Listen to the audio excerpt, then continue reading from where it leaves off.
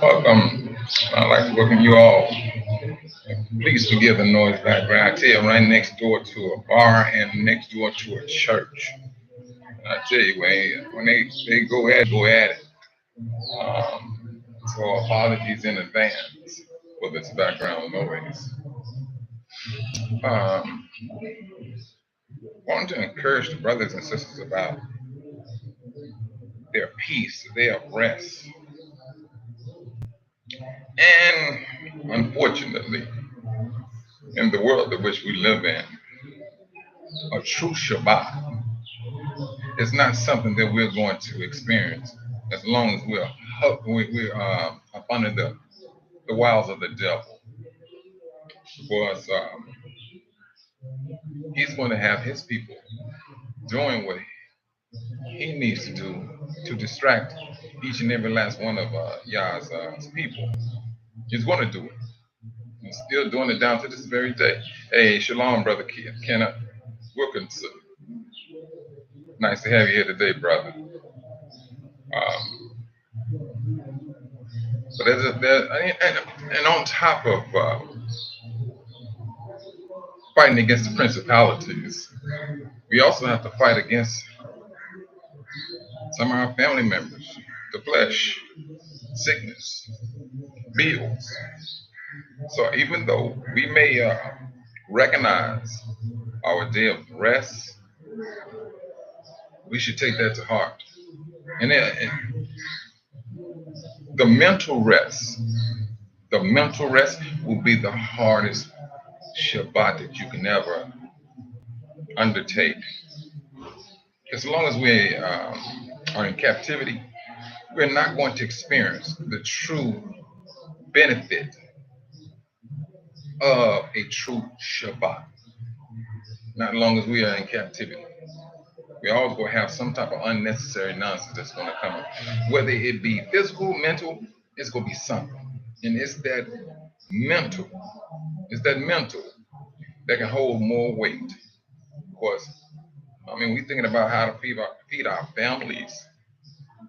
Uh, if our parents are sick or if we sick, bills need to be paid and your money is short. See now, that's when we'll have to put that worrying or that stress or that work to the side. Because that's what this boils down to. I mean, that mental. Now that one, that's something else.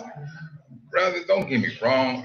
With some, uh, let me tell you, holding up to a Shabbat, and you've been used to working every single day, and now you come into the true meaning of your life.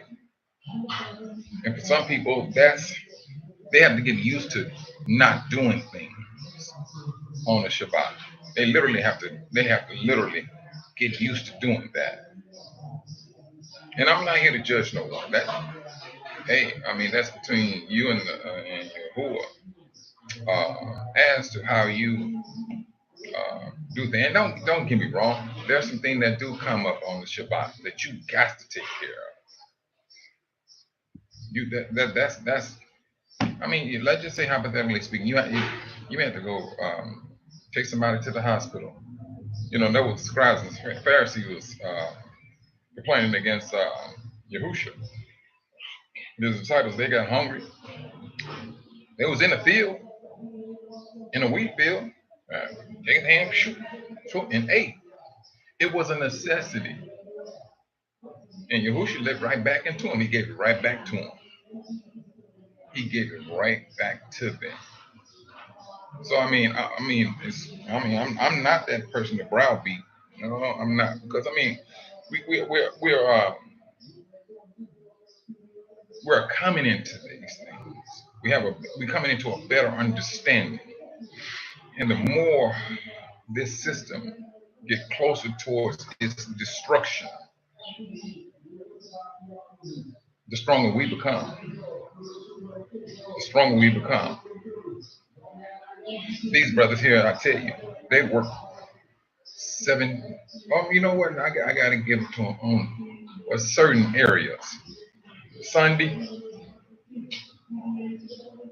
excuse me, on Sunday, no, they don't too much do a lot of work.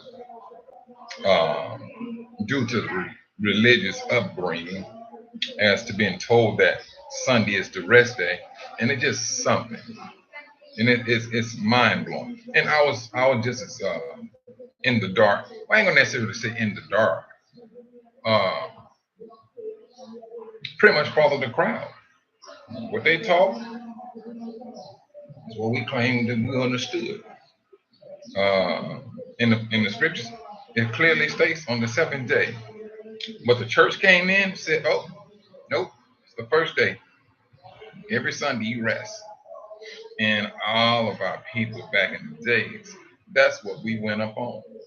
We thought that Sunday was that day of no work. And I mean, but once you wake up, you start to realize the scriptures are what the scriptures are. I mean, you had it right there in front of your face. Now, if the Catholics or any other religion, for that matter, want to go in and says otherwise, to which they all did, uh, the Catholics said Sunday, uh, and Islam said Friday. For Yahuwah, he said the seventh day. 'Cause, we didn't go by no Saturday. You look up Saturday, you go come out. It's a demonic title of a day. Very demonic. Matter of fact, all the days are. When the Most High said that Hashatan has misled the entire inhabited earth, he has misled the entire inhabited earth. He did just that. He did. But at the same time, Most High said, "Oh no, I'm gonna raise my people up," and he did just that too, along with um, the lies that the devil has put out. We came with truth, and now we're preaching truth.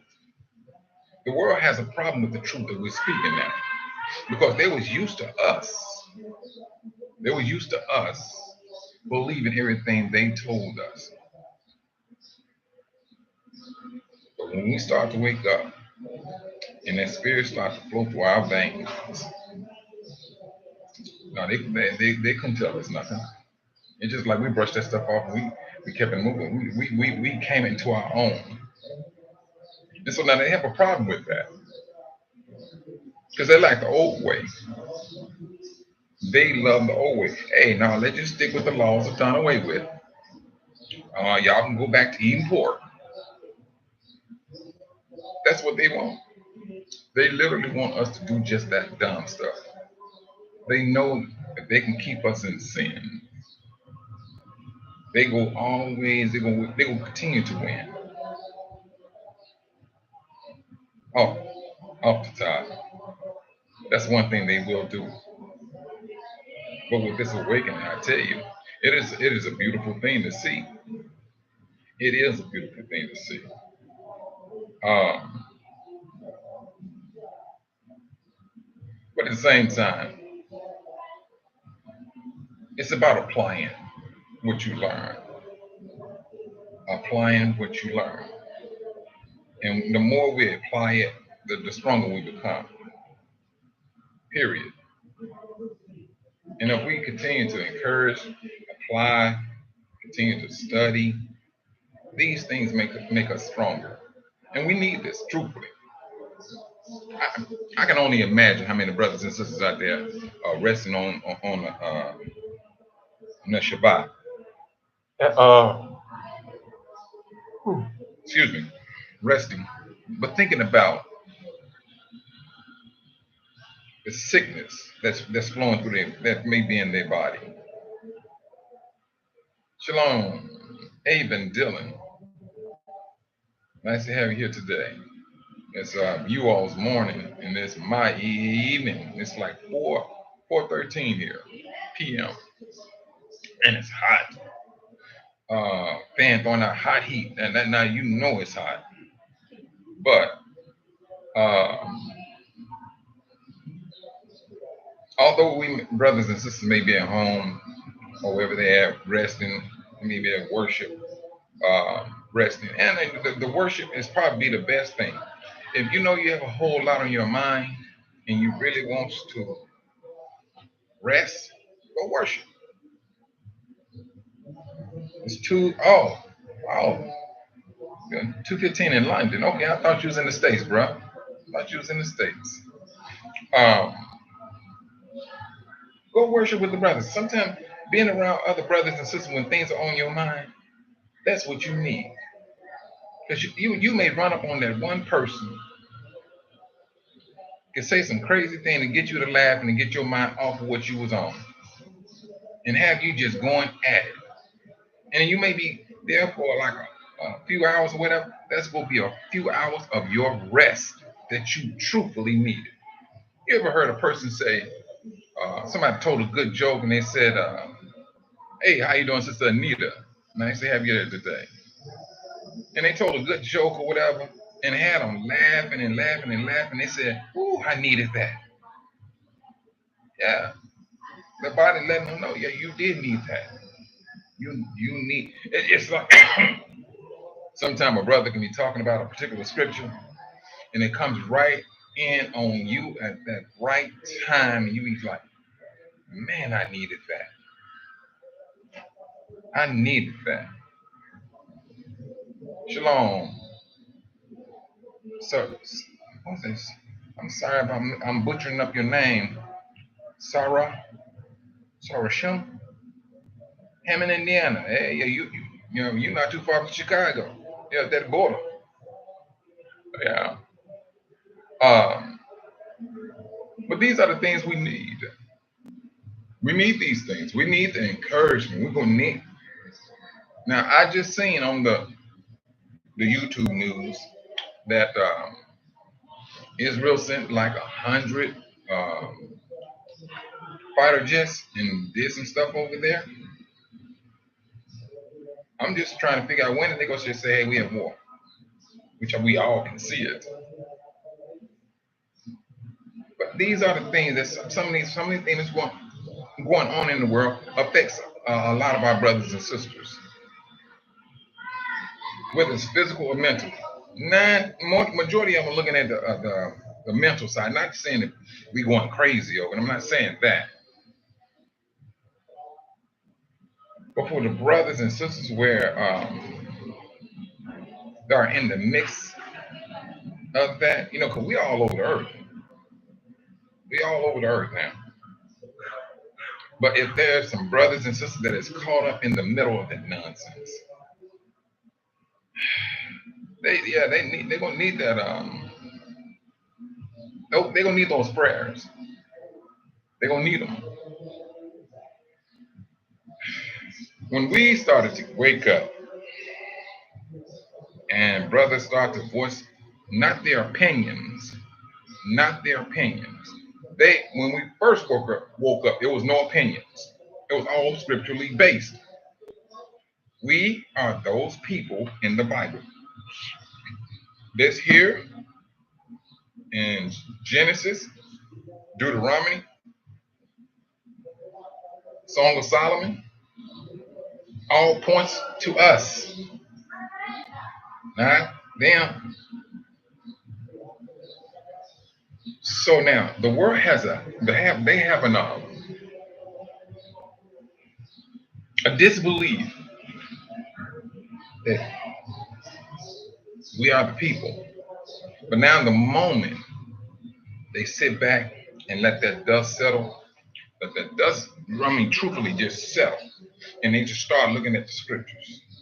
Wait a minute, this Deuteronomy 28 do sound like these Negroes.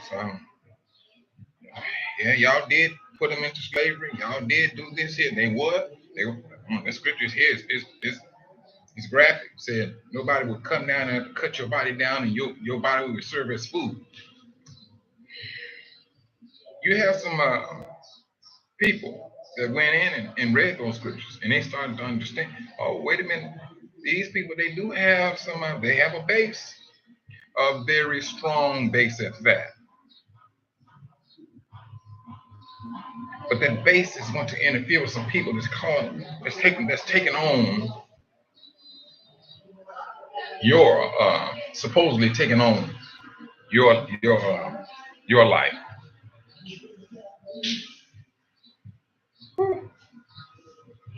Talking about a true Shabbat, that true Shabbat is going to happen once we are all on one continent.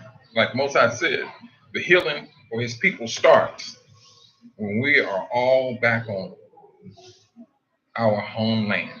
Period. So when that starts, I mean now, yeah, you talking about some healing. You talking about healing. We're gonna need it. Going to need it. We need that right now, truthfully. We need it now. Because I mean we have a lot to contend with because of who we are. And to be waking up at that particular time in life, where the Most High say, hey, this was going to happen uh, with the restoration of Jacob. Those bones are starting to rattle. They're starting to stand up. They're speaking. But you know, when I was a child, growing up as Jehovah's Witness, it was funny. I mean, I never, as a child, you believe in everything you hear. That some of these brothers on the stage were pushing out, and they're saying the rattling of the bones was uh, the preaching of the good news. And Jehovah's Witnesses went through a rough time at this particular time, and it seemed like we was almost dead. This is the teaching they was teaching us now. And so I'm a child, I'm believing it. So then in a particular time or something, they was rejuvenated. We believed it. We believed that stuff. And some still do. Some still do. So when you started to wake up and you started to look at all the things that people told and taught you, and that the 144,000 is for all of mankind. But then if you go into what is that? Not Genesis, Revelation. It breaks down to 12 tribes. Did anyone of y'all? I mean, maybe it was one of you brothers and sisters out there can tell me, was Ham bloodline in that 144,000 in Japheth? But these people claim, oh, that's open up to everyone. The book of Revelation says 12,000 out of each tribe of Yasharel.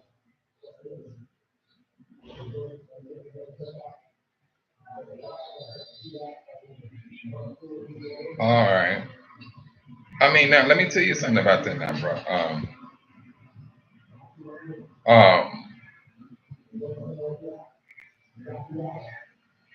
I mean, well, let me say it like this. Now, when it comes to these religions, now, there's one thing about religion.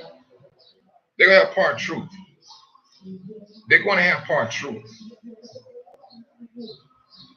But the lies supersedes everything they do. Hey, how you doing, Sister Kathy Jones? Yeah, I'm gonna put it in there right now. Hold on just for a moment.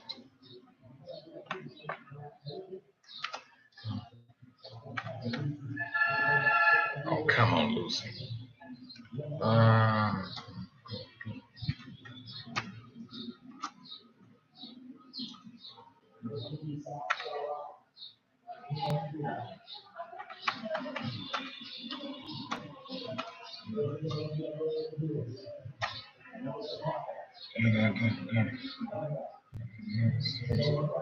There you go.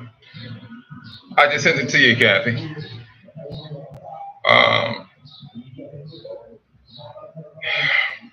that true day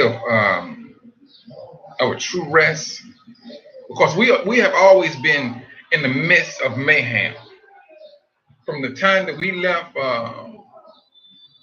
Egypt. We have been always in the middle of mayhem.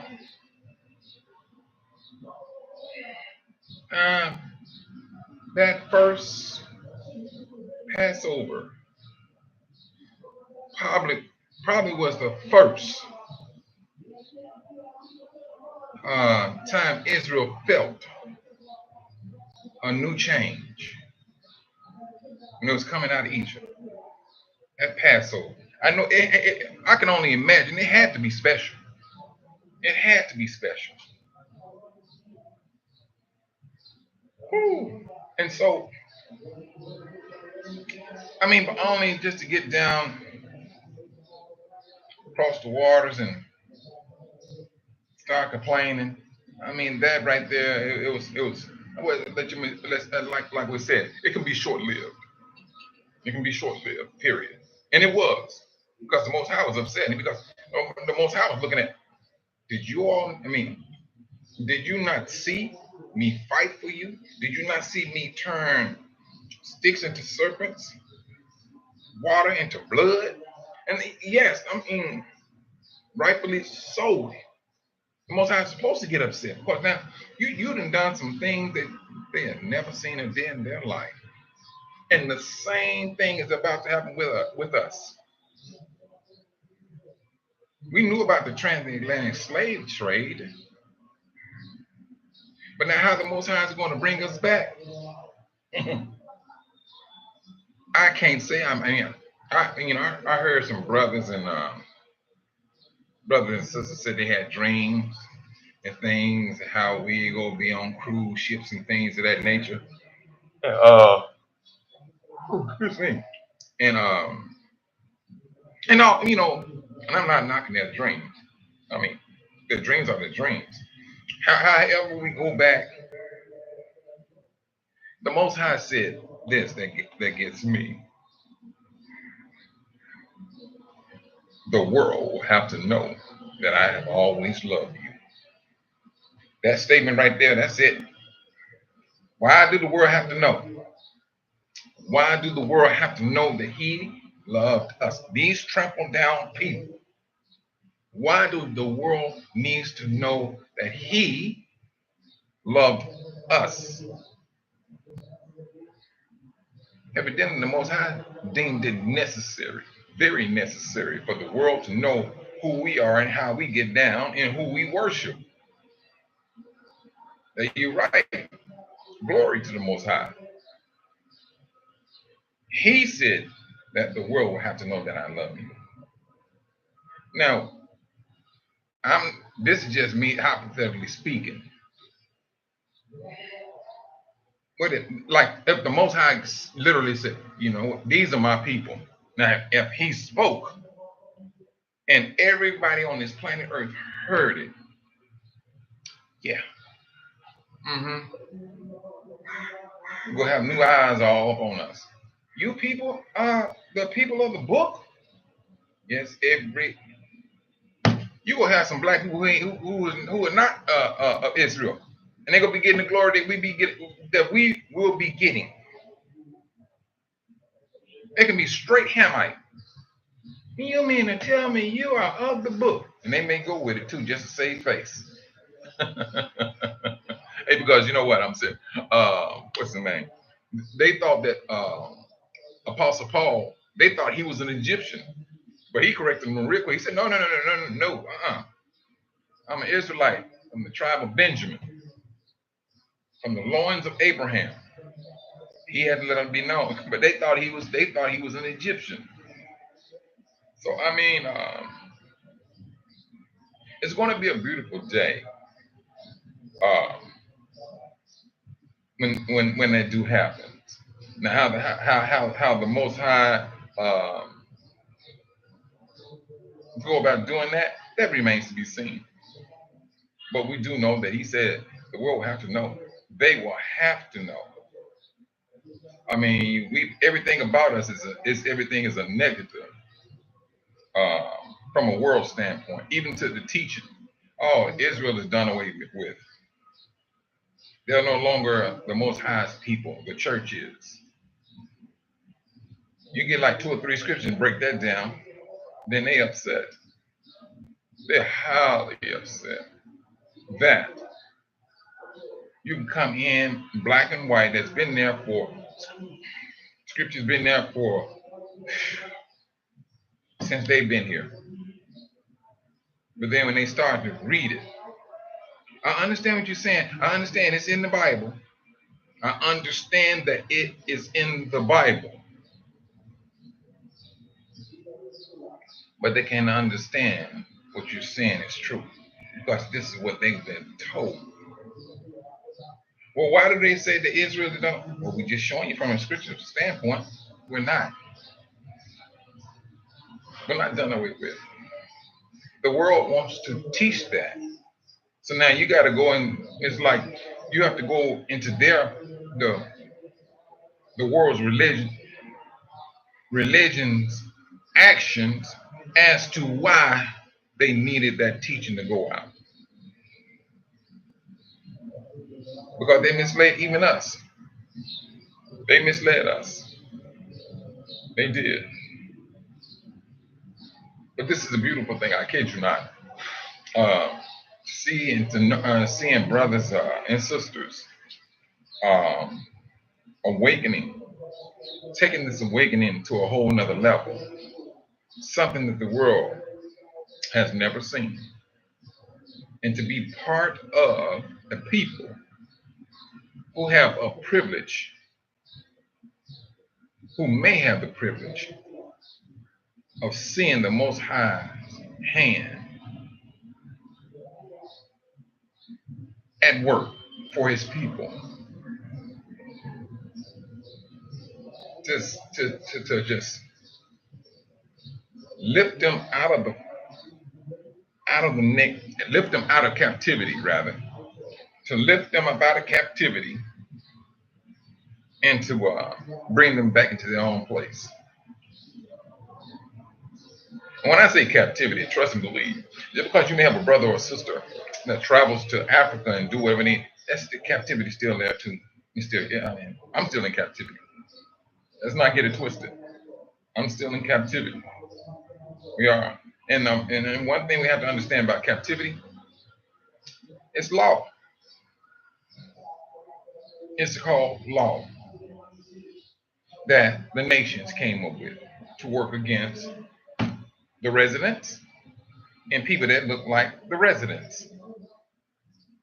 That's what it's set up for. And if you really think about it, it would sound like it was an immaculate plan for them to put together from a fleshly standpoint. It do seems that way, but not so with the Most High. He knows exactly what he's going to do to put his people in place. Nobody is going to rule over Israel that is not of Israel. That's one thing we will have we all must know. The Most High said he's going to put Israel, and Israel will govern Israel. Period. That's it. There's not going to be no other nation talking about we got our foot down on them. Like when Yahusha came onto the scene, Jerusalem was not ruled by Yahudims. The scribes and the Pharisees were Edomites. Yeah, there was Edomites. And when they got into an argument with Yahusha, and they even spoke about it. They said, "No, we ain't never been slaves."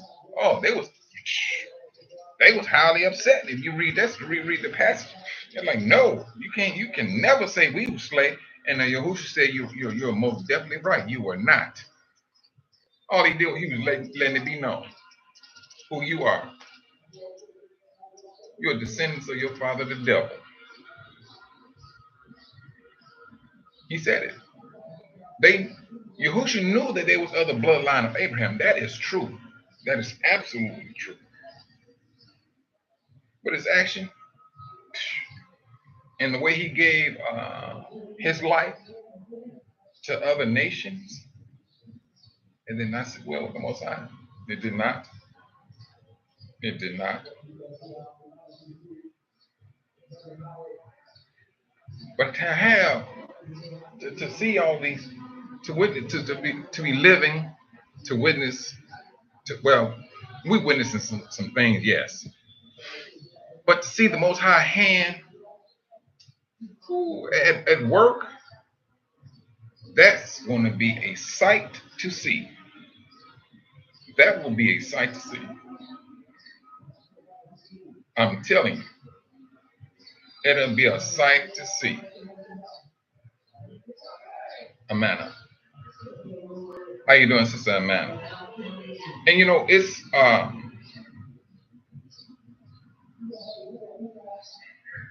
lot of our brothers are up under attack.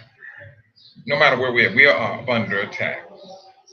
And it may not seem as graphic to some, and some may not go through some of the things that other brothers are going to go through. Our tribulation in certain parts of the world is going to be different off the top. It's going to be different. It's going to be different. But it still will serve that one purpose that the Most High said, you will know my people because of this. You will know my people because of this. And that's the thing. I mean, I know I can do that.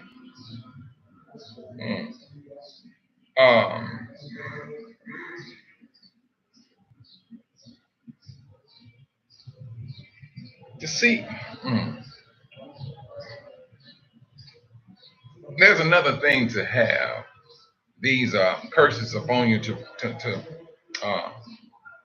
for you to recognize, and for the world, the ones that search for these people. The world will know exactly what they need to look for in a person.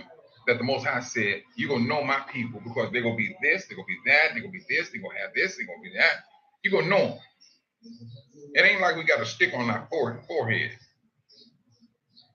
But there is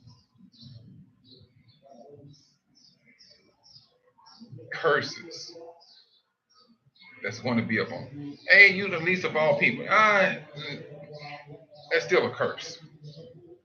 Because the least of all people get treated the worst. Period. They get treated the worst. And we're those people. And that's just one example of a curse. And we do know that these curses are flipping. Yes, they flipping. I know back in the days, you can have a brother right now on the corner smoking some marijuana. He goes to jail. He goes to jail. Shalom, brother Yasin. Now, what was that? Pennsylvania, I think it is. I think it's Pennsylvania. They walking all on the streets. What drug is that? I forgot the name of the drug, but I can tell you one thing. They look like zombies to me. If you want to talk about a zombie apocalypse, it looked like that because they just walk on the street. They would drop their pants just to find a vein to get that fentanyl. There you go, Sister Kathy Jones. That fentanyl. And I was just listening to some interviews, and the guy was like, "How many times did you flatline?" One guy was like, "I think about six," and he said six with a stride.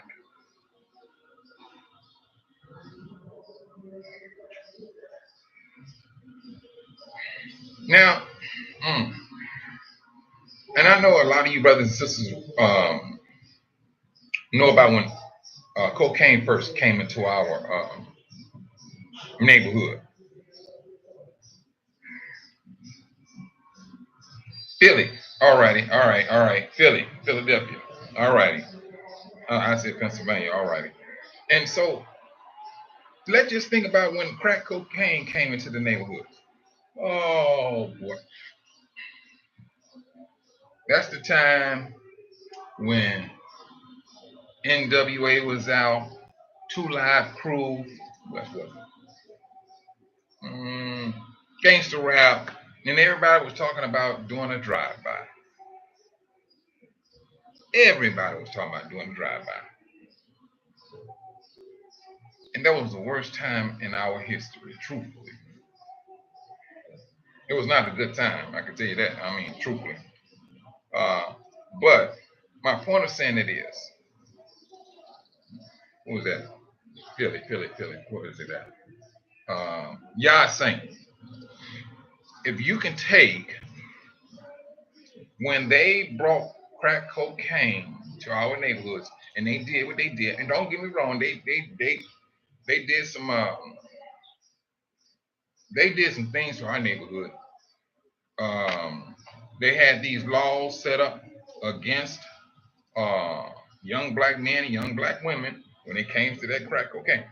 If you got this much here, you get it'll be like a misdemeanor. You'll have about this much. Oh, that's like a high class felony. So we seen they put us in a very bad situation when it came to crack cocaine. Not only was it destroying the neighborhood, the laws was against the brothers and sisters that were selling it because they knew, hey, you send them to jail. And then it came to 3 strikes, then you get life, I believe. Yeah. But now let's oh Sister Amanda, you about to take me down the road talking about Reagan, war on drugs. There was no war on drugs. They was making money off of that stuff. I think that's the time that the country got rich. Huh? They even made movies about it. Oh, I forgot the name of this movie. This guy here, I mean, he had so much money, and he dig, and he come to find out he already dug a hole. There's money in that hole already. He didn't know where to put the money. But this is what they gave him to bring the drugs into the United States to our people. But now, my point of saying it is, if you take what happened back in the 90s when they brought all this stuff here and things of that nature. Now, think about when our people was on drugs, they was all skinny. If you was a big guy or big woman and you wanted to slim down real quick, everybody knew it was you had to be on cocaine to get that weight off. Guaranteed to take it off. No ifs, ands, no buts. Bam! It's all. Now, and imagine how our people looked when they was all high for that stuff. They was just like, mm. But you did not see our people, let me say, walking in droves, all high up and down the street, like you see in Philly. The Walking Dead, Sister Kathy. Now, compare what you see in Philly. Who is it, brother? Yah Saints. Compare that to what's going on in your neck of the hood. To when they brought in that crack cocaine, and you see what's going on there. Now they, I think it's if please correct me if I'm wrong, but they can do drugs, right? They can do fentanyl, right? In Philly, if I'm not mistaken, I think they can because they just like walking up and down the street as if not a worry in the world. Sister Yoli, shalom, shalom. But this everything they did to us is it ain't the fact you gotta wait till tomorrow to see these things. We seeing these things right now, and we seeing just the base of the start of the stuff. I mean, it's like they walking around with one of their legs is about to fall off because the drugs and ate it away. Yeah, they're right. They don't bother them. They do not bother those people in the streets. The police, no. Mm-mm. But that's just in that particular city. But the thing about it is, it's going to grow. It's going to grow. It's going to get worse. You think what we went through was bad? Good night. You don't want to be in that one. That's just me. I don't think anybody in their right mind would like to be in that predicament. You had people that was professional people who was calling themselves doing fentanyl on a professional level. Boy, they kills me when they talk about that professional level. And you got professionally turned out. You got professionally turned out till you forgot your whole profession until you just that's the thing you concentrated on. It's something about a drug when it takes over your body. Shalom, Sister Georgetta. Shalom, Sister Cynthia. Shalom. But this is what we having. This is what we're seeing. We're seeing these things. We're seeing these curses. Ooh. We're seeing the judgment of nations. We're seeing all of northern Africa. All that is upon the judgment. I mean, what that was. That was. I went to Morocco back in 2021,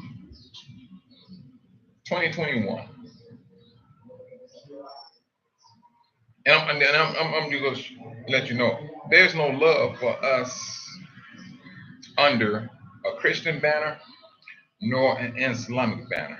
There's no love. But when I was there, um,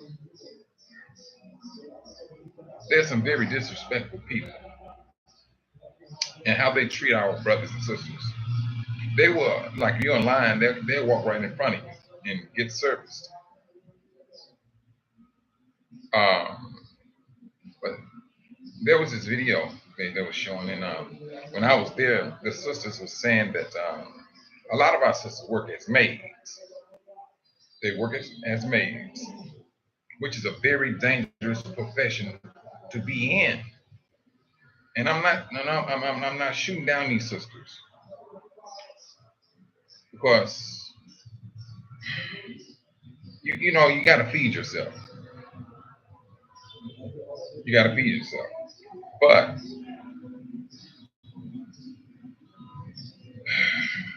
a lot of them in there fighting daily to keep that Muslim man off of them daily.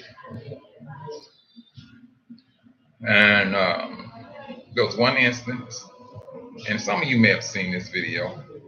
And more than likely, you go see it on X. You ain't gonna see it on nowhere else. I mean, I seen it on YouTube, but they took it down real quick.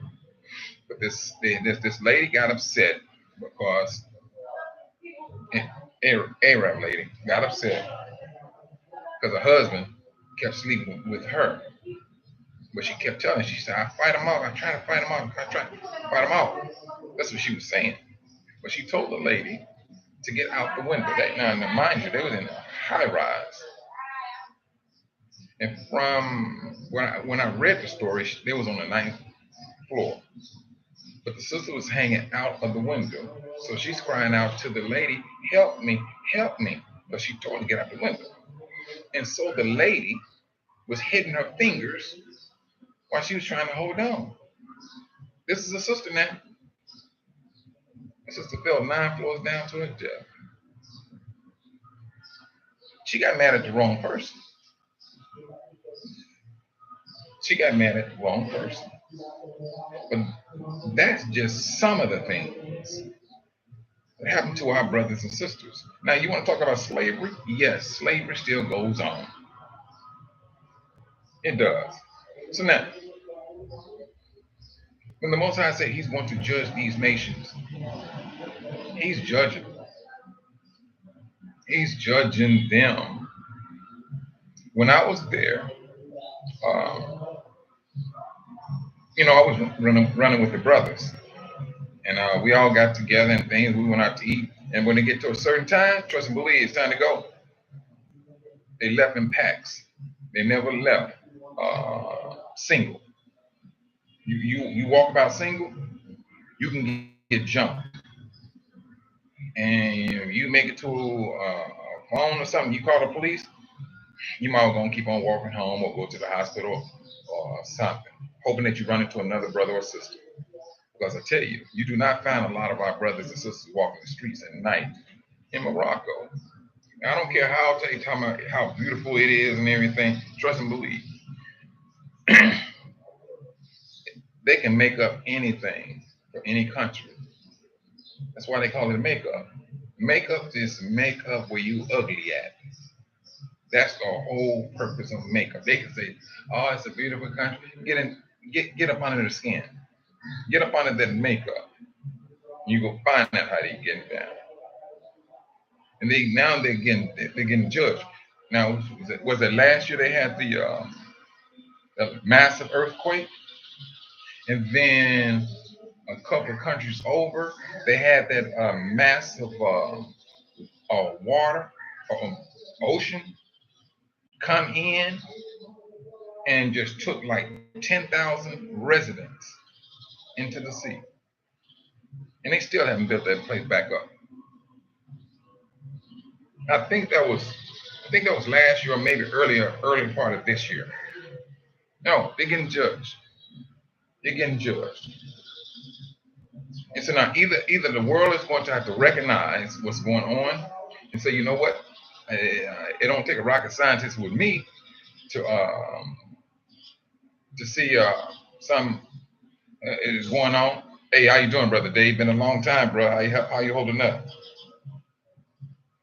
But they are getting judged. They are literally getting judged.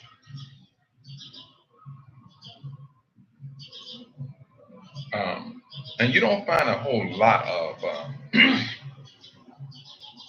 you don't find a whole lot of other nations in landlocked countries in Africa. So they know they go need a. It's like there's a spirit. That's good, brother. It's good to hear you hanging on there, bro. There's a spirit that they know that they don't want to be in the interior of any country. They want to be on the exterior in the event that they need to break camp. Let's understand this, brothers and sisters. Excuse me. When you see all these black leaders, trust and believe, the ones that's making the call don't look like us. The ones who wrote the laws do not look like us. They do not.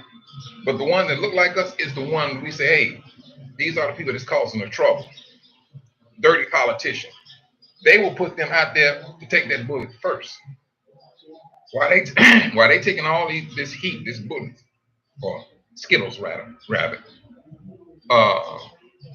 they're making their escape. They already got their shield built up in place. They already have their shields in place. So when it gets ready for them to break camp, they have their families and everything on that boat, they out, or on that plane, and they out. Colonization 101. Exactly what it is. The Most High said that He is going to put His people over His people to govern His people. And then He also said that he's going to take people that's in power, take power from them, and that's including our own brothers and sisters that claim to be having power with these political systems and things. It's going to happen,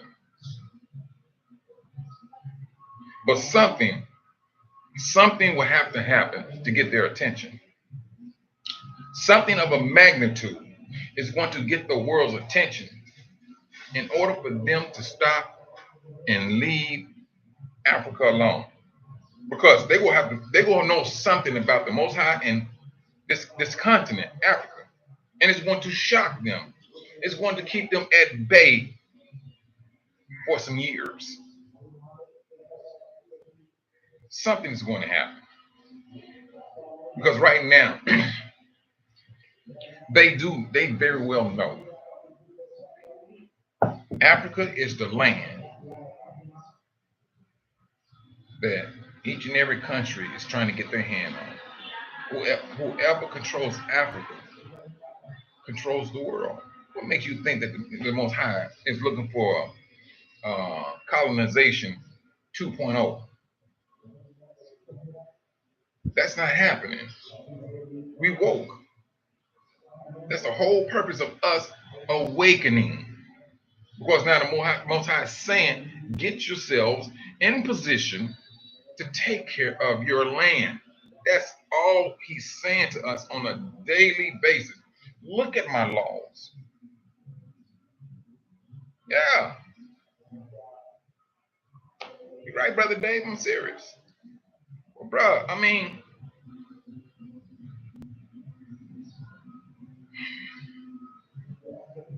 we are here. We live in this stuff. They fighting. Hey, let me tell you something. I don't get involved. I don't voice no opinion.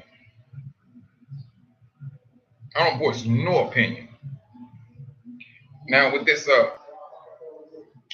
Democrat and Republican thing,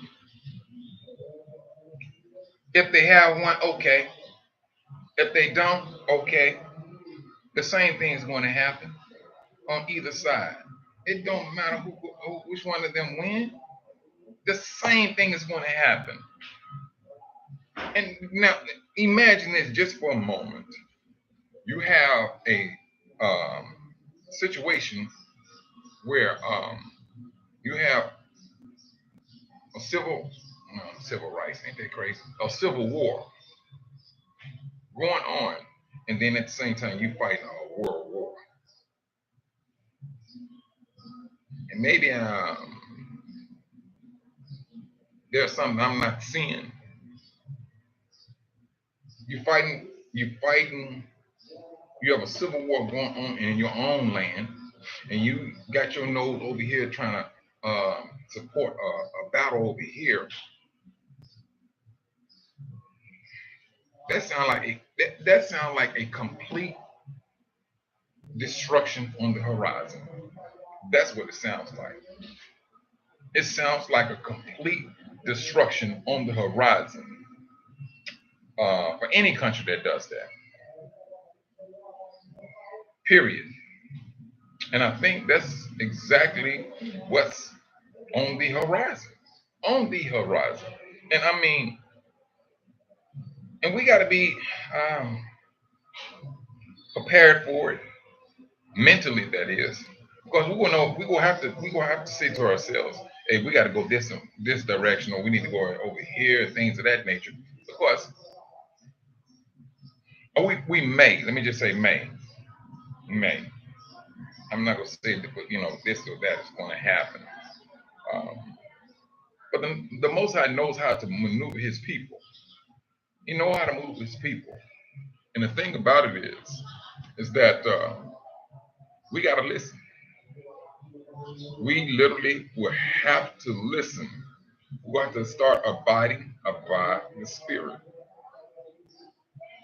Because it may sound like we small now. I mean, but let me go back on that. Because I hear a lot of brothers and sisters talking about a remnant.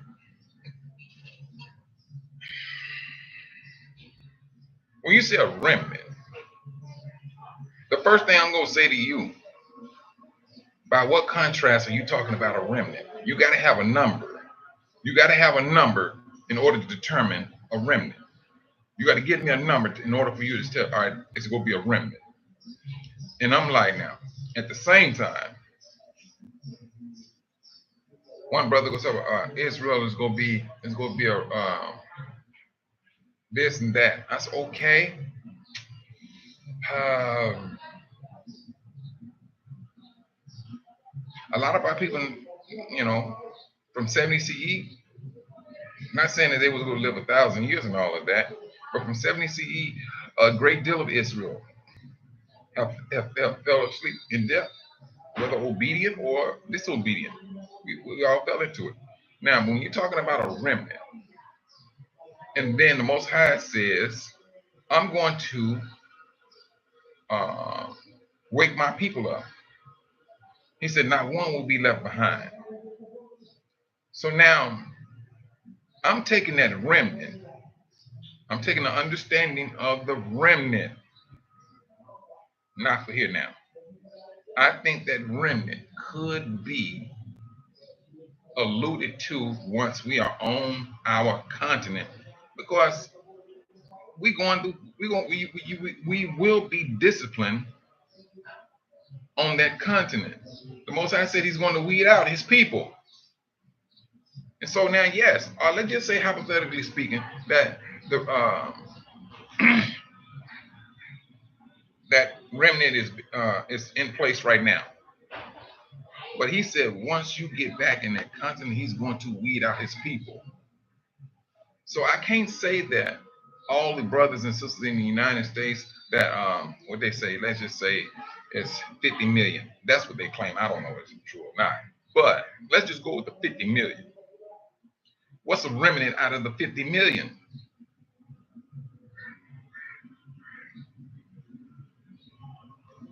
From my understanding from the scriptures, I will come to the conclusion that remnant and along with weeding out His people is going to, it could be taking place right now, but we do know that it will be taking place more so on a grander scale when we're back in our land. So that remnant, a small number, as to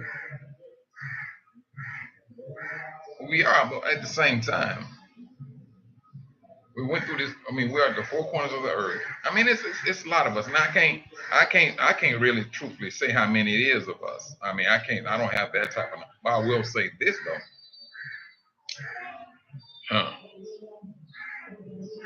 This is about 2 billion Africans in Africa.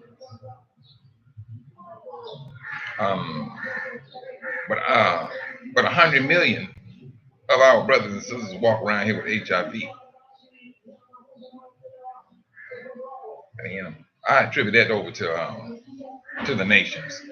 I would attribute that to their doings. That's just my take on that.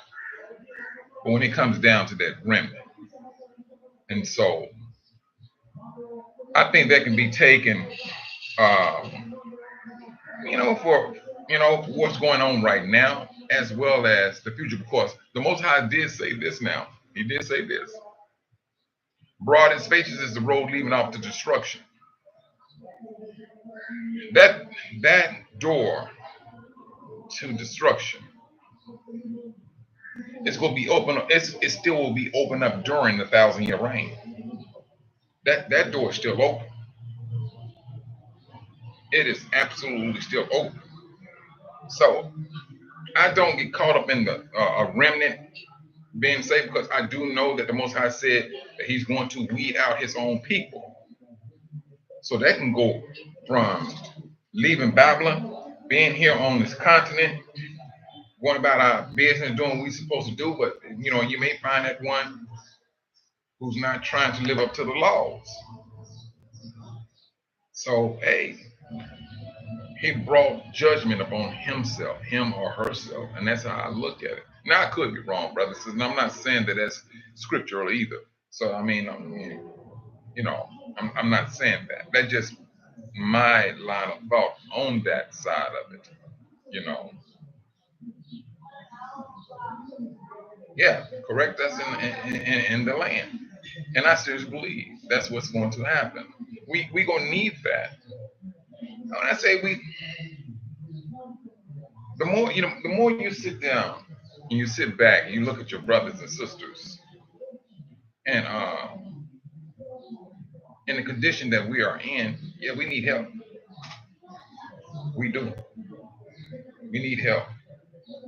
Truthfully, you literally have to ask yourself, how is it that we managed to live this long as a nation that is completely cut off from your other brothers and sisters? It had to be the Most High. It had to be. It's Him that's keeping us alive. It's Him. You've seen these nations go in and eradicate um, lands. Nearby took the colonizer nearby took Hawaii out with syphilis. Nearby killed every last one of them with syphilis. The Hawaiians. They came over there, whatever freaky tale they had going on, and near about killed them with that stuff. Near about killed them with it. But these are the colonizers. We're not talking about colonizing no one. We just want to. We all we talk about is going back to where we are from and living our life. That's it. Ain't nobody talking. I want to go to Europe. I want to go Paris, France.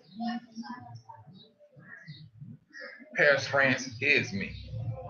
Is you. Is us. We make it. We the trendsetters. Now you talking about. And you imagine this now, brothers and sisters. You know that we are trendsetters. Now imagine we're back on our continent.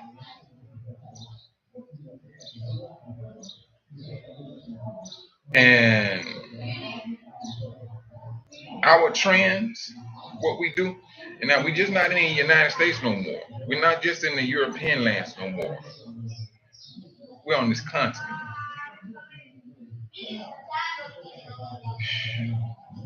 Just to be a trendsetter, whew, that's gonna be a sight to see. Seeing little young brothers come up with this here, come up with that there. It ain't necessarily got to be no clothing or whatever. It can be a brother come up and find a rock that has a great deal of energy in it, and he know how to maneuver the energy in that rock to light up a small town. I don't put nothing past my brothers and sisters. Not when it comes to their mind. You may look at a child, it may look like they handicapped. That child, no, man, open up their mouth and will sing you a sweet song.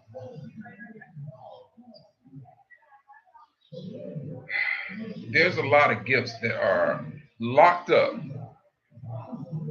in Yasharal. A lot of it. A lot of it. For us to go back to that continent and having the mindset of uh, building up Africa, that's like a second wind to the brothers who built up the European lands, who built up the Americas. That stuff is still in us. We were bricklayers. We was planners. What makes you think that we can't go back to that? And we will, and we are. We are. A day of rest is a day where you can use your imagination to see how things could go about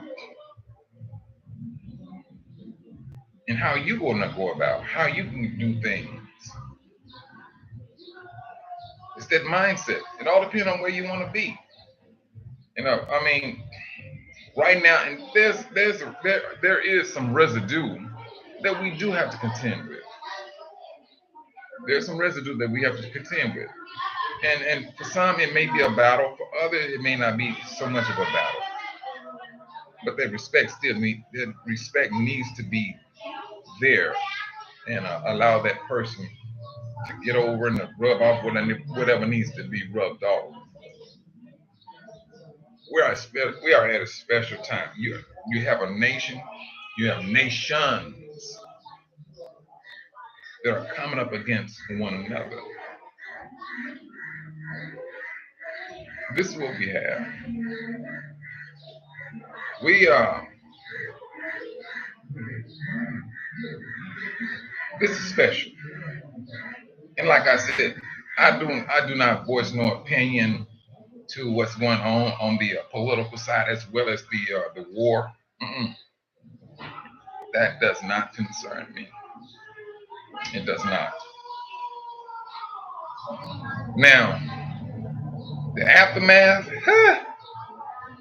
um, that's a totally different story. In the second commandment, so he told us not to worship any idols.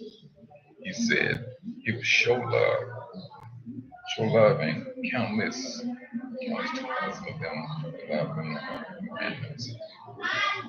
Wait, that's true, and I most definitely agree with that. And so I mean I can't put a number on a remnant. And from the Most High standpoint, it's going to be a small number. Now, truthfully, we we can't put in, we cannot number uh, us. It's just absolutely impossible. But the Most High can. He can, and He gonna know. All right, I lost a lot of my people. You know, they didn't want to listen. I mean, it is what it is. We have that. We have free will, and that free will, it always encompass the privilege of breathing. It always encompass the privilege of breathing. Uh, so I mean, and that's what it's going to boil down to being. It's what a person choose to listen to.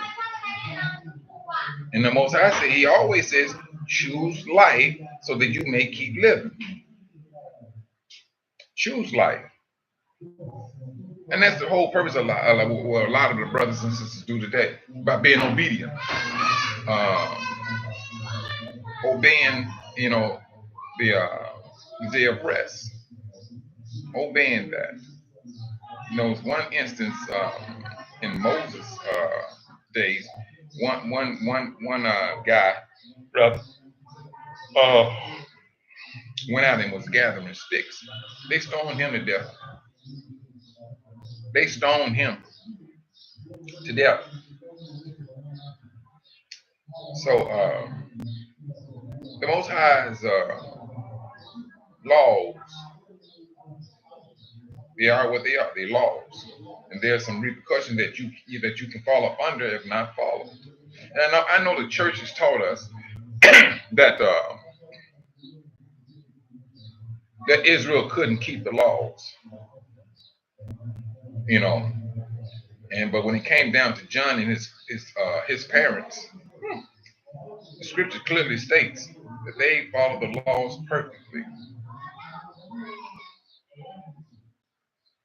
That's what the scripture says. But the church is teaching a whole different doctrine. And it seems like, well, ain't no seems like, we well know that their teaching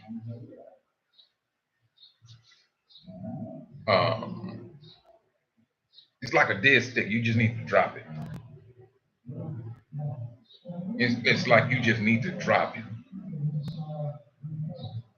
because there is no life in it at all. No life.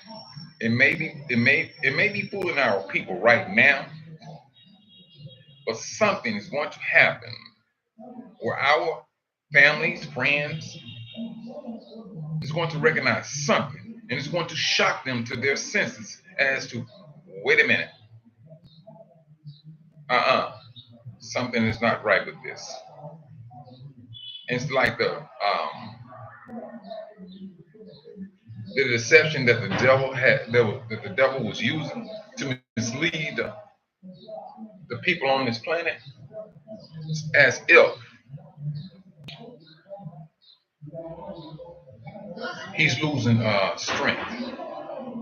So now man want to come up with UFOs now. Um, and I know one brother said in the book of Enoch, UFOs are fallen angels. Okay, but I also know that man has some technology that can make things look so real. It's really just an image. That's it. So I mean,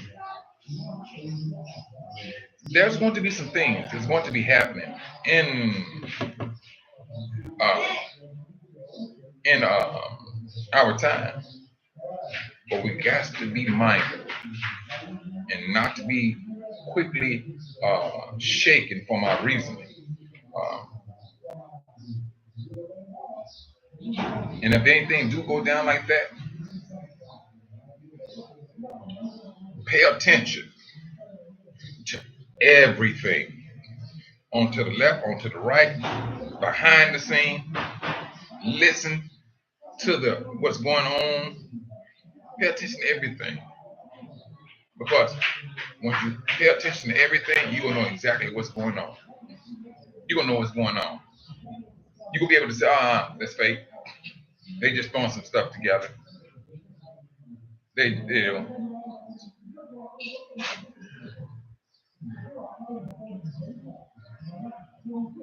let me tell you something, Sister Georgia. Um, me and you, and a host of other brothers and sisters, yeah, they call us crazy. Um, but reality is about to hit each and every last one of us. Now we woke. We will be. There's a little bit more wokeness that we may experience. They're gonna be woke too, but they can call us what they want, because we still have to remember that he misled the inhabited earth. He misled the inhabited earth, and so, and unfortunately, we was part of that. We was part of that satanic teaching. We was part of that. Some of us worship. I mean, worship, celebrated Christmas, um, Christmas, Halloween. Some of us did that. We didn't know no better. But once we woke up, some of us broke their stuff like a bad habit. They gonna say things. They want to say things. But when they get down to it, Sister Georgetta, please, it's gonna be your family. They gonna be like, wait a minute, you was always talking about this Hebrew thing and all that stuff. Hey, tell me a little bit more, because now I'm getting kind of concerned. That's what your family members are going to say. This is You may be just that governor for your family. You may be just that governor for your family. Do not underestimate the Most High. Like I said, I believe he woke a certain amount of brothers and sisters up, and the rest, he'll to wake up. They're gonna be upset just like the rest of us when we first woke up. We was upset, but the dust started to settle. They're not gonna have that opportunity where the dust is going to be settled. They're not, because the world will have so much hatred going on at that time, and they go thinking they go come out here and just uh, haphazardly slap black people around because they feel, hey, ain't no law. Let's go hang one. Okay, okay. You mess with an awakening Hebrew who upset. And you all in line, he gonna have a whole lot more strength than you all. You ever seen that? You ever seen I seen it more so with women. Um, there was a car that flipped over, and her and her baby was at the bus stop. It flipped over on top of her and her baby. That woman loved her child. She didn't even realize what she did. She lit that vehicle up and got it off her baby. So don't tell me what strength you can't get strength.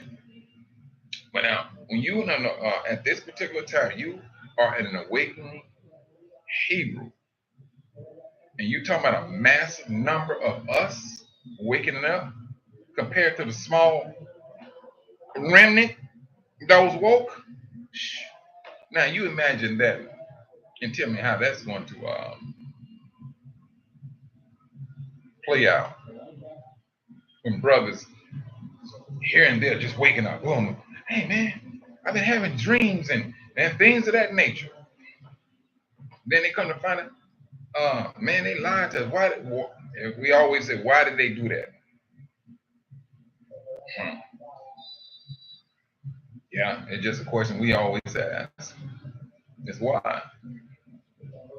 But when it's all over said and done, that true, that true Shabbat, when you can literally just lay back and just thoroughly engross yourself in a day of rest, it's gonna be back on this continent. See, some of you all, Yahushua said this. He said, "Are there not 12 hours in a day?" That's true. It's 12 hours. The Shabbat here lasts 12 hours on the dot. On the dot. Not so in the United States. So it's from sunrise to sunset. And some of you all, some of you all may go like 13, 14 hours. But just to sit back and to be on your own continent, and to have a measure of peace, truth. You ain't worried about talking about you riding up down the street, police pulling up behind you, and they, walking, always want to walk with their hand on the gun. It's that peaceful scenery from a mental to a physical. It's what we long for, where we can sit back and really indulge ourselves into a true Shabbat. When you're not worried about your light bill, gas bill, things of that nature. Worried about your mortgage, uh, kids, sickness. Once I said that, once we back on this continent, that's when the healing start. That's when the healing start. Yeah, peace begin in the wilderness. I'm telling you, that's it. I mean that's gonna be a true. That's going to be our true Shabbat. Right now, we got a whole lot of complicated situation on our Shabbat. I'm serious. Your parents still living, and you hate to see them going through what they're going through, especially. I seen, no man, I seen some brothers and sisters with their parents, and just to see their parents, the father, being that strong man in the family. I mean, some people. I mean, I know some of you can relate. And your father walked through the door, you can tell it's him by the way he walked. You just listen to his footsteps. You can tell that it's your mother, your father. You can just tell those things. And to see that uh, strong man, like waste away to skin and bone due to some type of disease, and you know, and you now a grown person, you seeing your parents holding your parents as if they're a newborn baby, and you get to get to a point where you got to take care of your parents, you know, changing out diapers for your parents. You know what, brother Dave? You know what? I'm gonna stop right here. I'm going to address that. You're not the only one to ask about that. I'm gonna address that today, right now. With this QTUA thing, this is what they did. I had, um, I still have Cash App. I had PayPal. I had Zelle. But we're gonna deal with PayPal. We're gonna deal with Zelle. They went in and wrecked both of my accounts because I trusted those brothers to oversee that stuff. So they put in information that they put in for me. So I knew I had a PayPal account. PayPal. I went in. It's my matter of fact, my checking account password has been changed. So I got my sister. She lives in California. She's out there taking care of that information that was mishandled. From my understanding, from what I'm seeing, because now she's talking back and forth with the bank. Somebody with some access had to do it. I couldn't do it because I'm here in Africa. I am up under a different network. I can't get into my account because I do not have VPN.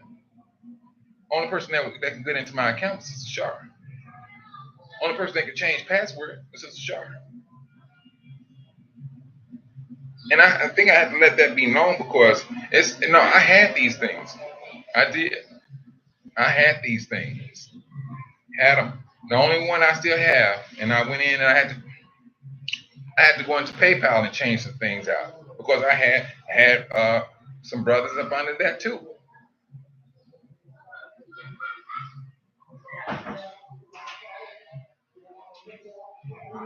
Yeah, you're right. Mhm. But I think I needed to address that, and I'm still working on that, brother. Today, I am. I'm still working on trying to get it. I'm talking back and forth with my sister, and so she's Monday. She's going to go in there with a power of attorney and all that stuff and things, and we'll see if we can get that stuff back up and running because we're trying to do some things here. We did we went. I went out to the orphanage, and the thing about that orphanage, brothers and sisters, and the ones that seen it, that I want y'all to pay attention to what was outside, and because I say this when I know I talked to this like a couple of weeks ago. Your surroundings is your atmosphere. If you walk inside your house, you have your house laid out with a sofa, chair, candles, uh, uh, a, a winery case, and that's how you have your place set out. And you like the way it's set up, and you come home, you step inside your home, you are absolutely just thrown into a total of you just relax because you have your house set up in a way that you enjoy what you see around in your surround and your atmosphere. Now look at that. Look at that orphanage. Would you feel that way just by being in the yard, just the yard? How would you think you will feel? See, I'm not saying that I'm not blaming brothers and nothing, but I'm just giving off what these brothers and sisters, these little ones are seeing, and they walking around not so much happy, but you can see a little sadness on their face, and which is rightfully, I give that to them. I do, I do, but I did come to understand that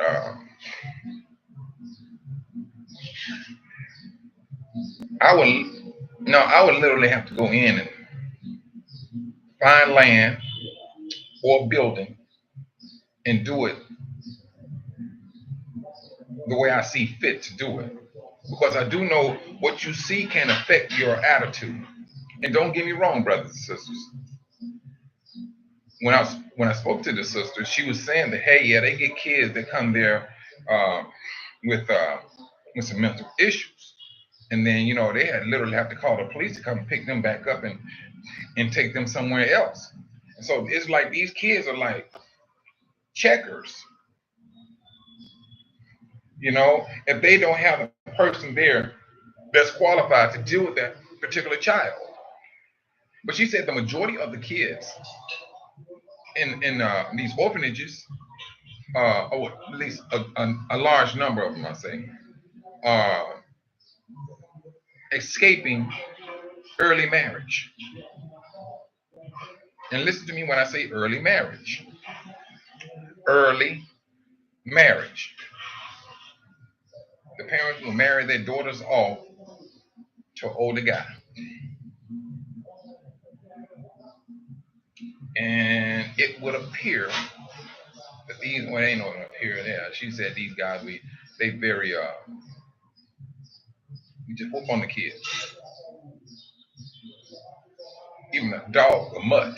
If a dog or a mutt feel that his life is in danger, that dog will bite just to get away from you and run off. What do you think a child gonna do? And this is a lot of that does that. Yes. Now the baby girl in that Sister Georgetta, the baby girl, she's the youngest of all of them, and she said she was 2 years. She was 2 years old. She's 2 years old, and they said they had to estimate her being 2 years old, and they said they got a lot of the kids. They got to estimate that way, and so it's and then that's and matter of fact, while I was there, I did not know that there was a group of Gentiles.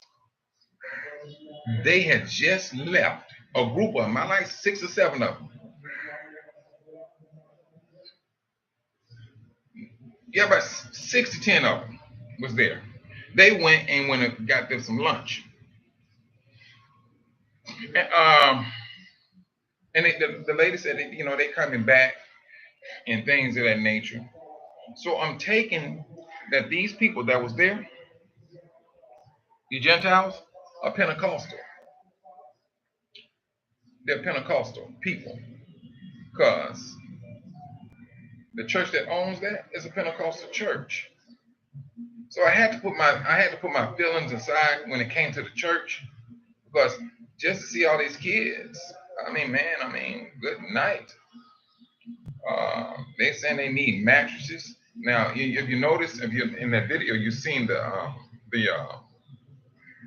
the trash. Now, what a lot of brothers and sisters do here, they would dig a hole. But I understand why they would not dig a hole, because they have little kids out there too. And so you don't want no kids falling into a hole, and and you have the fire, the flame going on, and things of that nature. Yeah, I understand it. So they burn the trash on top of ground, because there's no such thing as a garbage truck. No, you got it for the affluent neighborhoods, yes, not for not out there. No. And so now, sis, that remains to be seen. Uh, is the church helping? Because the sister was saying they have no. What I was saying to the sister was this, and when I said this one, she lit up. I said, "True." I said, "Sis, but let me pose something to you on this. When you're talking about donations and things, I said, well, when the donor's money is funny, what do you think happens?" She said, we suffered the worst." I said, "Yes, exactly. That's what I said. You suffered the worst." So my mentality was this. I said, "Sister, don't you think we need to be more self-sufficient?" growing her own plants. She never heard of a hydroponics system. So I went on my phone, pulled up a system, showed it to her. She said she would love to have that system. Because everything that they get right now is by means of donation. Somebody donating rice, beans, cooking oil, no fruits and vegetables too much, but they get them sometimes. But if you can grow that stuff yourself, and I said, sister, you can grow a lot of this stuff yourself, and at the same time, put your little market on front where you selling some of the goods to have some liquid cash. That sister sat back and just, she said, you're so right. She said, you're so right. I said, you show these kids, but they got to go to school. I said, sister, you can teach these kids how to grow food and how to measure how much of this needs to go into the water and things of that nature. I said, you continue to show them. You go teach them math. They're going to learn this stuff. Only time a child is going to be dumb is when you don't teach the child. Is when these childs get to be 18 years old and you set up all of these learning apparatus, they could be well equipped when they turn 18 to take care of themselves. And 9 times out of 10, trust and believe, you will have some kids that's going to get grown and is going to remember where they came from. And then that may be that child that turns out to be that millionaire, billionaire, and they want to go back to where he started and show his or her appreciation. That's my line of thought. I'd rather go in that way where you be self-sufficient, you're growing what you need to grow. And she was talking about sewing machines, and in the video they were showing these bags that they make. I think she said they only had like one sewing machine. Sewing machines here, well, the one they do have the electric. Then they have the majority of what they use is it's not electric. It's by foot power, but it gets the job done. And so my sewing machine cost me $2,800, and I had 3 of them.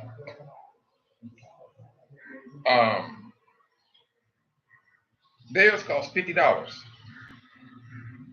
$50. Then I got into it with I got into it. I got into conversation with her like teach the sisters, you know, show them how to braid hair. And I wanted to ask her, to which I already knew. I was just wondering was she's like part of that mindset of why they keep the sisters' hair short like boys. And but I never got to that question with her because I just really wanted to know. It's just, is it by choice of the kids? Some of the little girls, so they got used to their hair being cut so much to they don't like the hair to be long or have any type of length to it. Um, but I never really got to answer that question. But my take on it is that I want to um, be more of a self-sufficient uh, an orphanage, vocational training center, as well as a school. If the kids need a mattress, all right, fine. Tell you what you do. Go ahead and find a phone company. Um, you already got your sewing machine, and you know how to sew. You go. I can show them how to sew material around a mattress. Put a zip on it. You want to turn it around and unzip it and wash it? Because I would say I would do it that way if it was me.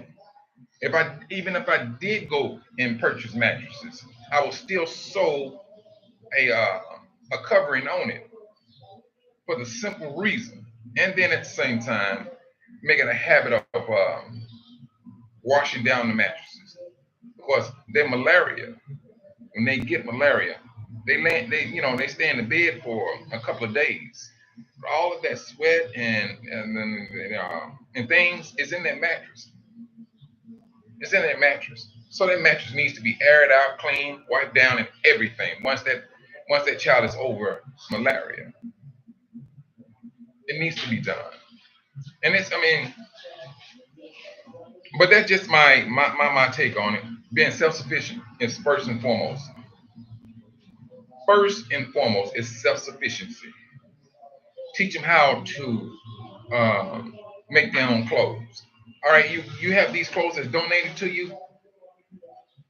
Then in school, you got material. I mean, if you have the point where you can get material. All right, I'm gonna show you how to make a pattern. This is how you make a pattern. This is how you sew things together, and have other brothers and sisters there as instructors to show these kids. That's the best education that you can give a child, because eventually that child is going to grow up. That child is eventually will grow up. And if we do not think past that, we got to be self-sufficient off the top. It's like self-sufficiency, number one. Number one. Brothers, I do know a lot of you brothers, and I ain't gonna say a lot. Some of you brothers and sisters may go through some thing where your money goes is going to get funny. And I do understand. Oh, I would love to give, but I can't. I love to, but I can't. I'll be the first to agree. You got to start putting things in its proper place when if or when it gets to that point in your life. It happens. But being self-sufficient, that is like a must. It is. It's a must. And that's, I mean, it ain't just here. I'm talking about being there in the U.S. I mean, don't get me wrong. The U.S. Yeah, it spoiled us. That's what it did. It spoiled us. But that spoilage is not that as if we can't make changes. Now that's the beauty of it. It ain't the fact that we can't make changes. We just got to get used to that change. Was the world came in and hey, you can have this, you can have that, and things of that nature. And so that's the thing that I'm looking at.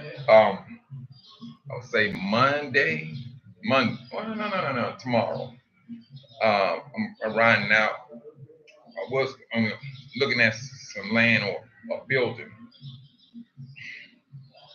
and like I told you, brothers and sisters, it's like you gotta get somewhat ahead of the game when it comes to the other uh, nations here, because when they buy land, they may come in there just buy a lot or two, and then it come a month, 2 months later, buying massive amounts. They already know what they're here to do, what they come here to do. They already know that,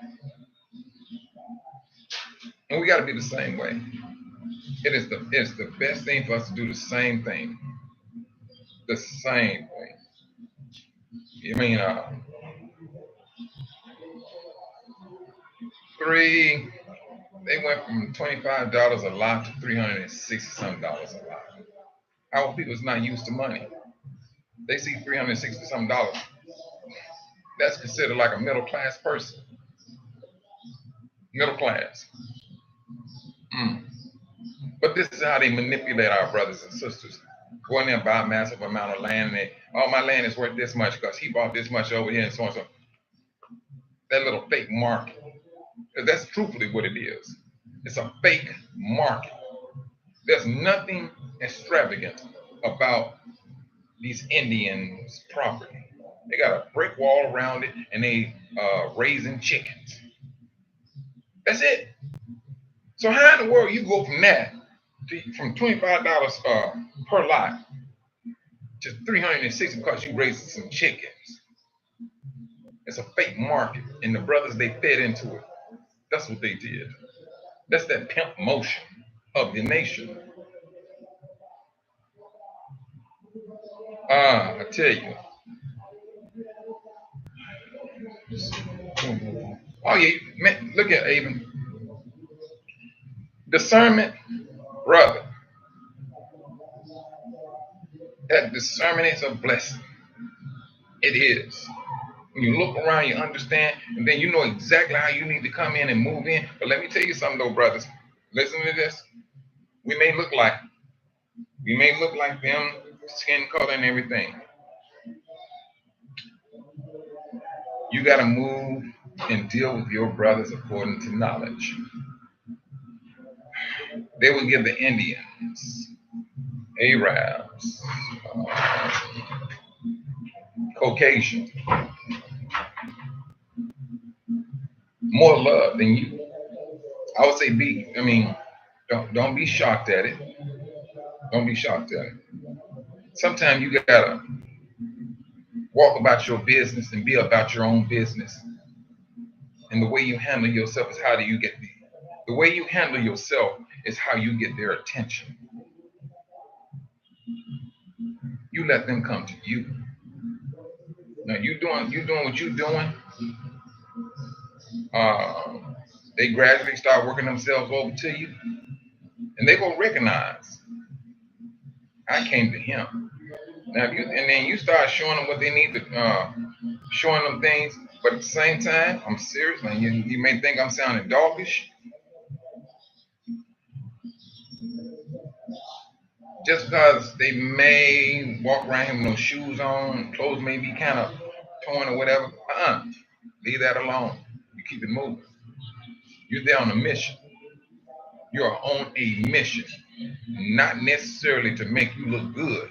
No, I mean, not you. I'm talking about the brothers and sisters here, just to put money in their pocket. You here to form a relationship with your brothers so they can start trusting us and so that we can start working together. That's the whole purpose. I mean, we're not here just to take some money out of our pocket. There you go, man. Go ahead and handle your business. Go get you a drink or something. No, we're not here to do that. We're not here to do that at all. We're not here to pacify them at all. These two young sisters here, they call me daddy.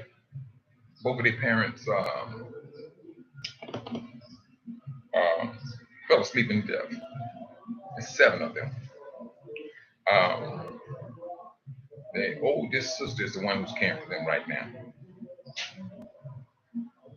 When they come here, they be hungry. Good gracious almighty. That little one, Martha, that little boy, that girl's thin as a penny. Can eat up a horse.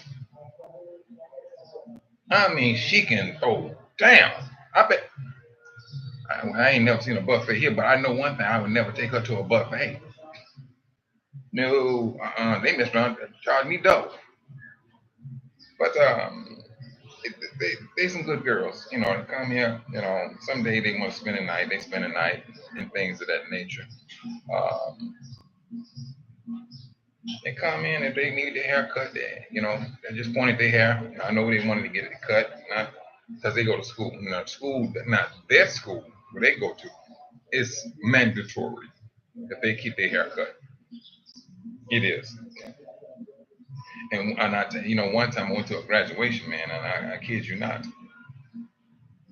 this little kind of chubby person, I was like, I'm looking at him like, man, why this little boy got heels on? That was a sister. That was a little sister. Hair was short, chubby face and everything. Look just like boy. And I'm like, man, good night. Should I advocate for some earrings or something? I mean, that was just me now. Shalom, brother Robert. And so, but I learned a lot, and like I said, I hope to see this come to pass. That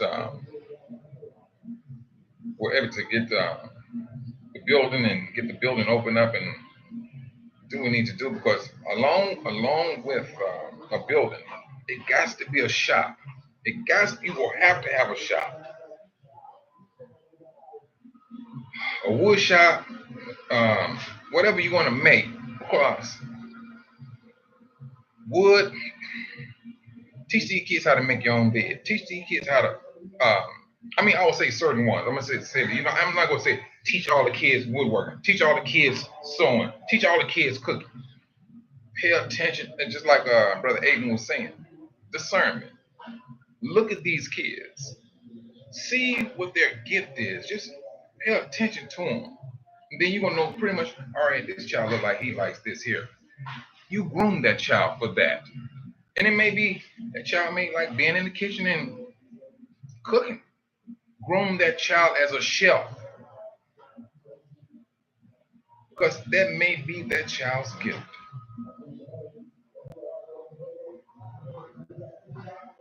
The necessities, the self-sufficiency,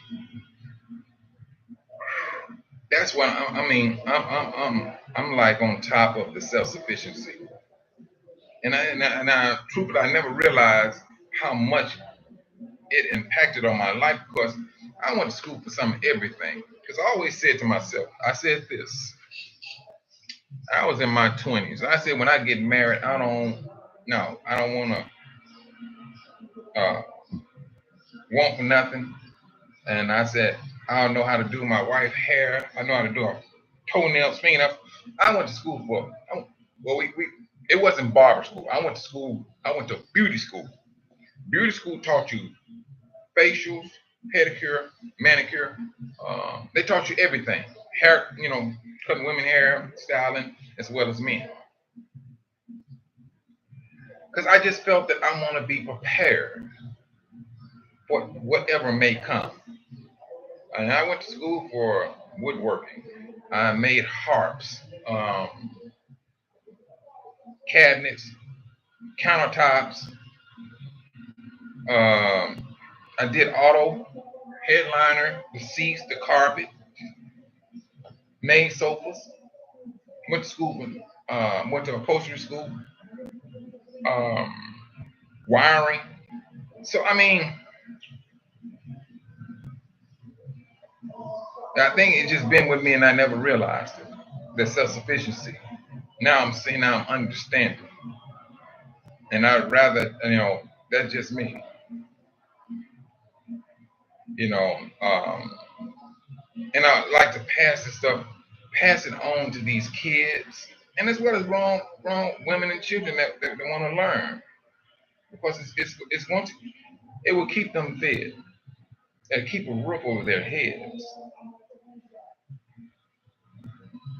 and we just continue to move forward like that. Because trust and believe, we are there in the United States. The necessity, the self-sufficiency, it's already started there. It's already started. Now it's all about really implementing it and seeing the seriousness of being self-sufficient. Because now, yes, they taught us a lie. Oh, you can live the American dream. Oh, shoot, that American dream. Oh, that's a whole nother conversation within itself. That's a whole nother conversation within itself. But I ain't mean to go on a tantrum on the orphanage side, but it was just something that I noticed. And then they have some buildings that are coming up and things of that nature and things. But everything pretty much like there's kind of a slow motion, and at the same time, um, some of the things our brothers and sisters do, from what I have seen, it's kind of, it's backwards. It's backwards. You built a building. There was one building that was behind. It was like a pretty new looking building, but it didn't dawn on you to smooth that road out. You have all this other stuff coming in, and so I don't know, but that's just my observation, in things. So it's like, and then I think there was just one. I seen only one. That one brother had locks. He was about to That was another. I don't think he was there. He was. I don't think he. No, he was too old to be in that orphanage. He's like the only like young adult that I've seen there. Now the first child at that orphanage, she was 4 years old when she came there. Now she's 14. She was the very first. And so, but kids come like on a daily basis. If not the what they call us, what we call a social worker. If it's not them, it's the police that's bringing the child. Yeah. But brothers and sisters, I'm not gonna hold you all up. And like I said earlier, I'm still working on that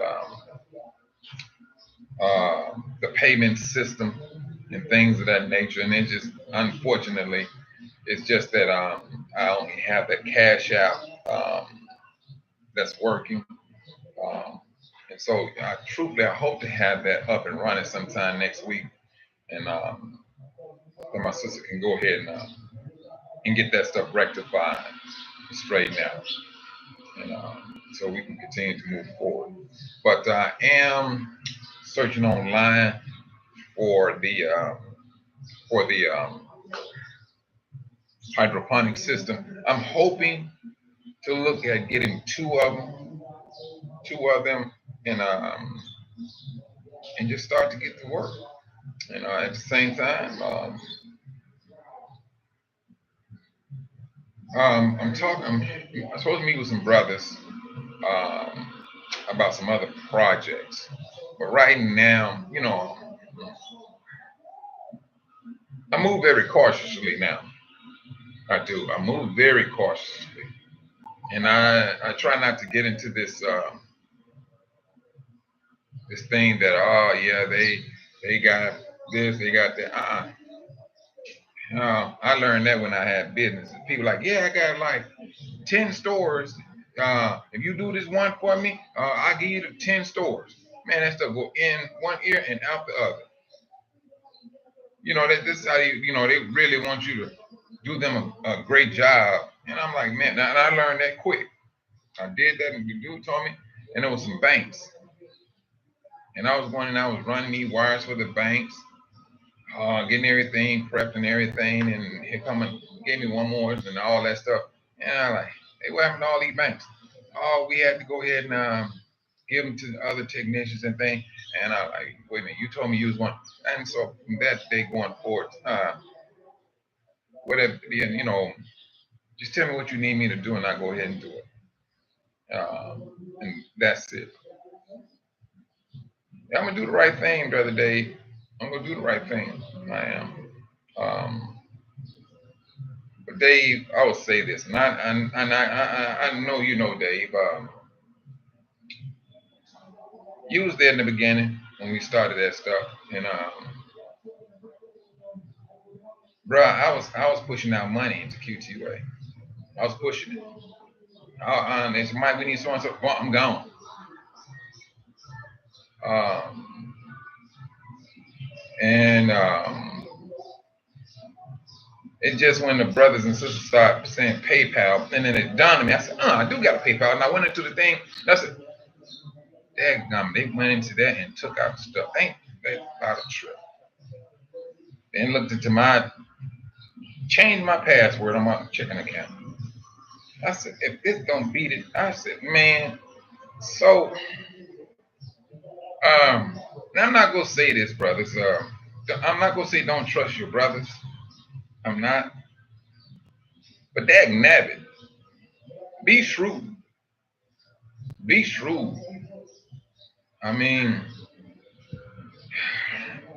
mm, be shrewd. Be shrewd. And try your best to work with your brothers.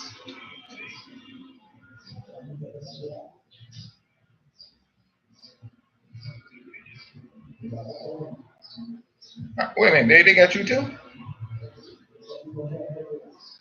Hmm. Wow. Mm,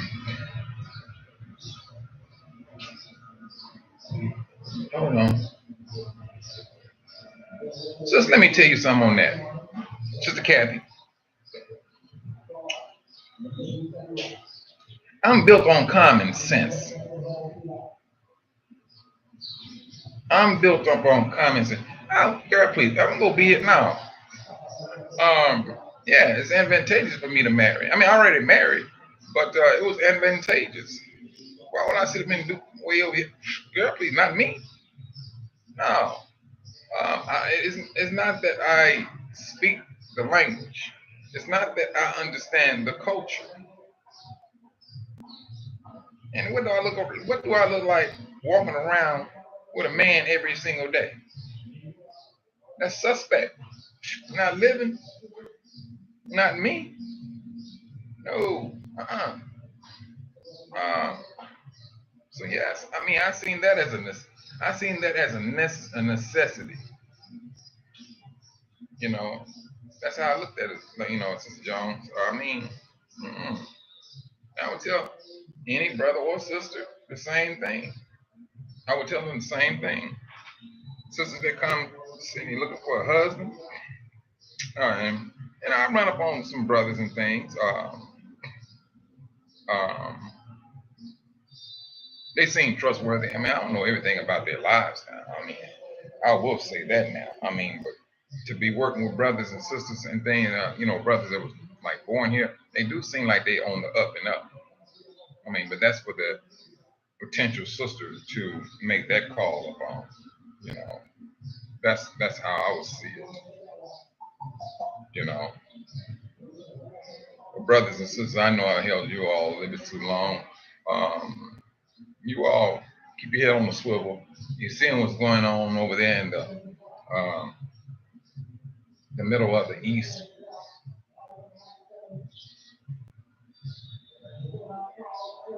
I mean, hey, let me tell you something, sis. I mean,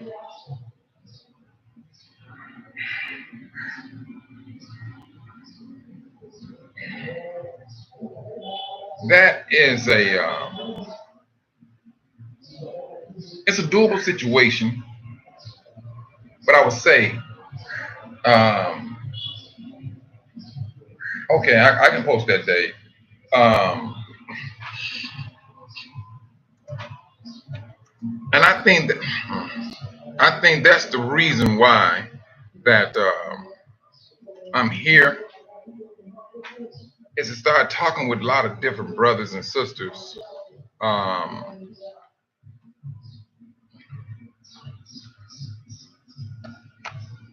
Let me see. Is that right? Uh, um, on marriage and things of that nature. But it's that distant relationship thing. Oh no, I don't do that one. I do not do that. No, that long distance. I mean, to each his own. But if you know you coming and you coming here to stay for the long haul. Now, mind you, brothers, I'm gonna say this to the brothers only. If you do decide to marry someone here, that don't make you a citizen.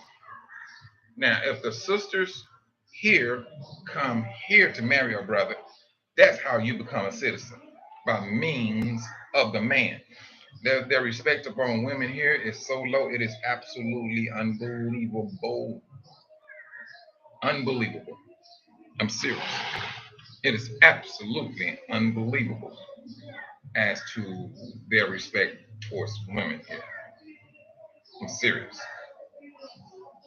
Um, Especially when I see like the Muslim community, the woman she walks like 2 or 3 steps behind the man. So I mean, now that's one thing I would not suggest. Even if the brother could be an Israel, but if he's Islam, I don't know. You got to wait for him to wake up. That's just you know that's just my thing on the course. Now the respect that they have for women here is pretty low. It is. It's very low, and it's not a good thing. And I know good and well that coming from the states and to have that blatant respect disrespect, a lot of sisters can. I know for a fact they being up in arms. You know, that's one thing they will be in. Are you? Oh, you got it, Dave. Okay, okay, all right. Yeah, she could pick his back pocket. Yeah. Oh man, but your brothers and sisters, I know there. It is what 6:03 here. So I mean, it's we have a lot right now. Well, we have some things to contend with. I ain't gonna say we have a lot. I think we things are boiling down. You got these things that's going on over there, and I don't know why in the world. It seems like the world is playing, uh, kicking the rock up the street, up the road, as to what's the world events, and it seems like there's going to be something of a massive mm, that's going to happen until it's like the world will not need for the news to tell them what's going on. They will already know it, and that's what I'm feeling right now. uh, that's what I'm feeling, and it's sad. But I was saying at the same time, brothers and sisters, be on the watch. Be aware of your surroundings. People are just snapping, doing some things. I mean, and in the United States, they already walk around with guns, and now everybody then got, I ain't gonna say everybody, but people then got afraid, and they carrying guns, and it's the one that's carrying a gun that does not know how to use a gun. They can right here, you know, shooting an innocent person because of fear. But that's what I mean. That's the world. This is what this world came to. This is what this world came to. You brothers and sisters, be safe out there. And until we meet again, enjoy your day of rest, your Shabbat, and continue to pray for your brothers and sisters. And you all be careful. Shalom.